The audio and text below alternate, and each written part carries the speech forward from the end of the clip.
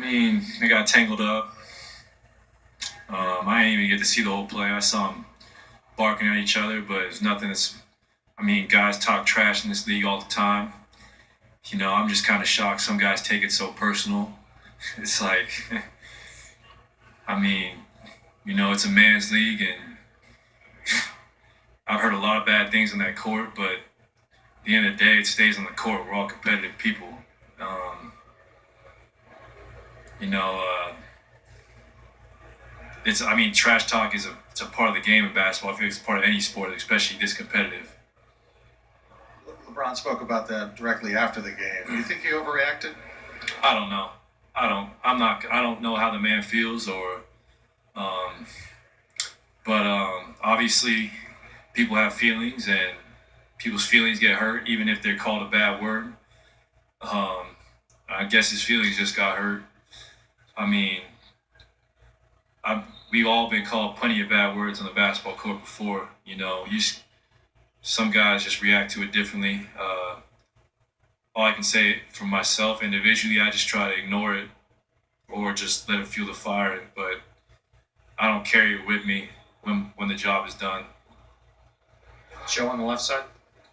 Joe Varden, Cleveland.com. Clay, it's hard, obviously, to know exactly what was going through LeBron's mind, but given the situation and having him knowing what Draymond's situation was, do you think there's any possibility that LeBron knew what he was doing and making sure he was mixing it up with Draymond?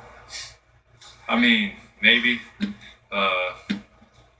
I guess I mean, I don't know. I mean, trying to get any advantage you can get, maybe, but I can't speak for the man. I don't know how he thinks or what his motive was, but from my point of view, it just looked like two competitors who wanted to win very badly, getting tangled up. I mean, I've seen it thousands of times in this league. Obviously, with the stakes that are we're playing for, everything's going to be a little more in the spotlight. But I don't think he was. Steve in the back. Steve Ashburner, NBA.com. Clay, given how hot Draymond sort of runs, how he plays, are you aware of any of you guys having any talks with him to sort of remind him of where he stood in his point system? And the second part is it a little bit like starting a game with 4 or 5 fouls in his case because he knows that the first one's going to be a problem? Yeah, I mean, we mentioned it, but I don't think he did anything purposely to put himself in that position. From what I saw out there, it just looked incidental, but whatever he did in Game 4 was not on purpose, so he was not trying to. Draymond's a very intelligent player. He was by no means trying to get thrown out. So we're going to make up for it, though, and it is what it is at this point, and we're just going to go out there and next man up approach. Mark, back right. Mark Spears, ESPN's Undefeated. Clay, just talk about growing up, playground. What's the rules of trash talking? And do you consider it, once you walk off the floor, it's done and over with? Yeah, I mean, there's some unwritten rules. You don't really talk about anybody's family or that's probably the biggest rule. You don't bring any outside factors into it. But if it's just, talking man to man, at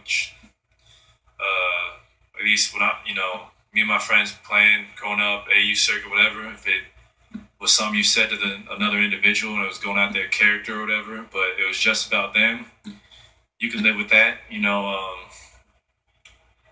mean, I grew up with brothers too, so when we would play, I mean, we would always try to put each other down, and I grew up with a lot of friends close in age, we were competitive, but you just, like I said before, don't bring anybody's family. That's the only time I really cross the line, bring someone's family into it or talk about race or gender or something, but when it's just a bad words or something or some cuss words, man, it's emotions. You let it go and you let it stay on the court.